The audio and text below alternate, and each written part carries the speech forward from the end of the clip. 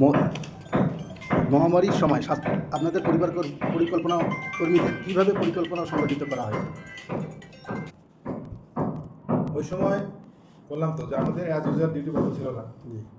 সরকার কিছু নির্দেশনা দিয়েছিল, সেই নির্দেশনা আমরা বাস্তবায়ন করেছি এবং কোনো সমস্যা হয় নাই। প্রণোদনা বলতে যা দেওয়ার কথা ছিল পরিবার পরিকল্পনা বিভাগের কেউ সেটা পায়নি। স্বাস্থ্য বিভাগ হয়তো পেয়ে থাকবে, তা আমরা পাইনি, আমরা ডিউটি পালন করছি। আমাদের মাঠকর্মীরা করেছে সেই প্রণোদনা, সেই আর্থিক সহযোগিতা পরিবার পরিকল্পনা বিভাগ প্রাপ্য। যেহেতু সেই সময় ডেলিভারি এএনসি নর্মাল ডেলিভারি আমরা দিয়েছি এবং সেই সময়টা ছিল খুব ঝুঁকিপূর্ণ, ঝুঁকি নিয়ে আমরা কাজ করছি। সেই ঝুঁকিটার একটা ঝুঁকি ভাতা, সেই সময়কার আর্থিক প্রণোদনা আমাদের পরিকল্পনা ডিপার্টমেন্টে দেওয়া উচিত এবং এখন আমরা পাই। এবং যদি কোনো প্রশিক্ষণ দেওয়া হয়ে থাকে আমাদের পরিবার পরিকল্পনা বিভাগকে আগে দেওয়া উচিত, কারণ এখানে গর্ভবতী মায়েরা আসে, এখানে বয়সন্ধিকারী কিশোরীরা আসে, এখানে আন্ডার হয় চাইল্ড আসে, অর্থাৎ প্রাইমারি হেলথ কেয়ার করার জন্য যা কিছু তা আমরা পরিকল্পনা ডিপার্টমেন্টই করি, রুট লেভেলে করি, একদম ফিল্ড লেভেলে করি। সেই ক্ষেত্রে কোনো মহামারীটা ফিল্ড লেভেলে আঘাত করে, একদম রুট লেভেলে আঘাত করে, সেইখানে আমাদের কর্মীরা বাড়ি বাড়ি যায় কাজ করে। আমি মনে করি যে কোনো দুর্যোগে পরিবার পরিকল্পনা ডিপার্টমেন্ট সবচেয়ে কাছ থেকে কাজ করে।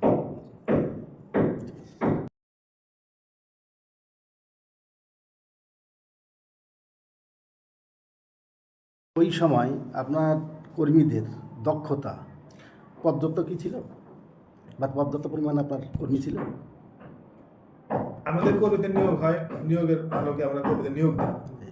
সবসময় কর্মী শর্ট থাকে, আচ্ছা, মানে 100% কর্মী কখনো থাকে না। আমরা পর্যায়ক্রমে নিয়োগ দেওয়া হয়, যারা অবসরে চলে যায়, পদ খালি হয়, কিছু পদ তো শূন্য থাকে, কিন্তু সেগুলো আমরা পার্শ্ববর্তী ইউনিয়ন থেকে কিংবা সংযুক্ত দিয়ে কিংবা অতিরিক্ত দায়িত্ব দিয়ে আমরা সেবাটা দিয়ে থাকি। সেই সেবাটার ঘাটতি হয় না, কিন্তু কর্মী ঘাটতি থাকেই। আমিও ছিলাম কোভিডের ব্যাপারে, আমিও ছিলাম, আপনিও ছিলেন। সকলেই, আয়া peon, FWA, FBI, FWV, pharmacist, SSCMO, assistant family welfare assistant. আমাদের একজন পরিবহন কর্মকর্তা মারাই গেছেন এই কোভিডের সময় সরকারি দায়িত্ব পালন করতে গিয়ে। ওই সময় রিলিফের দায়িত্ব ছিলেন, চাউল ডাউলের রিলিফ, সে সময় বিতরণ করতে গিয়ে সে রিলিফ অফিসার হিসেবে গিয়ে ওই যে রাজবাড়ির শোয়েব আহমেদ করোনা আক্রান্তই মারা গেছে।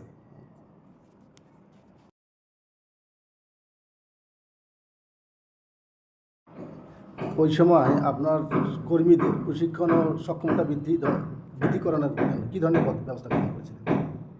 ভার্চুয়ালি, মানে অনলাইনে নির্দেশনা ছিল যে মাস্ক ব্যবহার করতে হবে, এক্সারসাইজ ব্যবহার করতে হবে, ডিস্টেন্স মেনটেন করতে হবে, আর যারা সেবাতে আসবেন তাদেরও মাস্ক করতে হবে।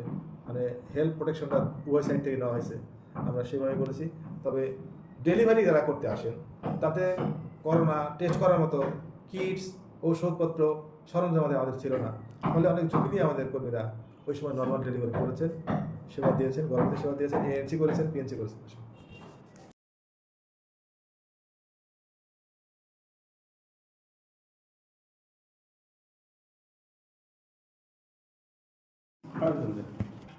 মানে করোনাকালীন সময়ে ওটা কতদূর কার্যকর ব্যবস্থা ছিল এবং সফল কীভাবে হয়েছিল?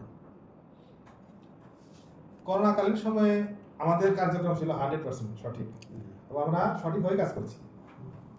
সেক্ষেত্রে আমাদের দ্বারা জনগণ অনেক উপকৃত হয়েছে এবং এই সময়ে বিশেষ করে প্রান্তিক লেভেলে যাদের অর্থ সংকট, সামাজিকভাবে যারা নিম্ন শ্রেণীর, তাদের সেবাটা আমরা দিচ্ছি। সুতরাং অনেক অনেক উপকার হয়েছে মানুষের এবং আমাদের কর্মীদের দ্বারা এত আর্থিক, মানে অনটন, গরিব, হতদরিদ্র লোকেরা সেবা পাইছে যেটা অকল্পনীয়। যাদের ওই সময় সেবা গ্রহণ করতে গেলে কোনো দামি প্রাইভেট হসপিটাল কিংবা কোনো জায়গায় গেলে করোনা টেস্ট করা, করোনার ব্যবস্থা নেওয়া, তারপরে হয়তো তাদেরকে সেবাটা দিত। কিন্তু আমরা বিনা পয়সায় তাদেরকে অ্যাজ ইউজুয়াল আমাদের নীতিমালা অনুযায়ী পরিবার পরিকল্পনা, মা, শিশু স্বাস্থ্য, বয়সন্ধিকারী এবং গর্ভবতী মায়েদের সেবা আমরা চালাই গেছি।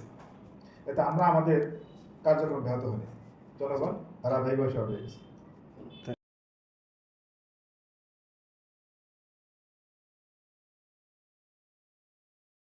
ওই যে এর আগেই বলছিলেন প্রণোদনার কথা, আর্থিকভাবে কীভাবে, আর্থিক ব্যবস্থাপনাটা কীভাবে করব?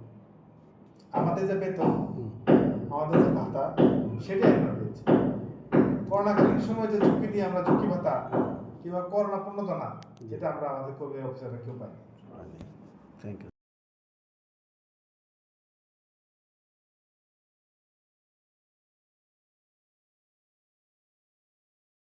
যদি না পেয়ে থাকেন তাহলে এর প্রতিবন্ধকতাগুলো কি মনে করেন আপনারা?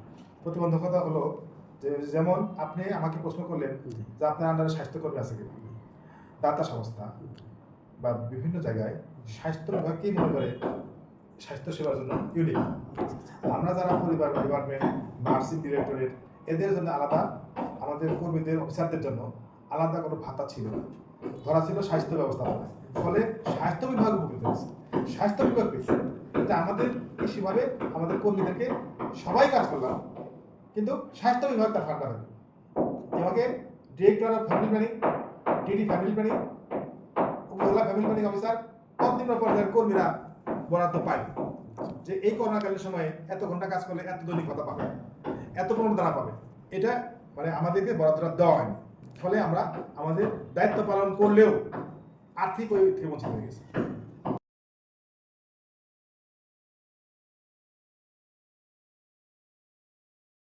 আমি জানি না এটা পর্যাপ্ত না উপর্যুপরি, এটা এটা আমার জানা নেই। আচ্ছা।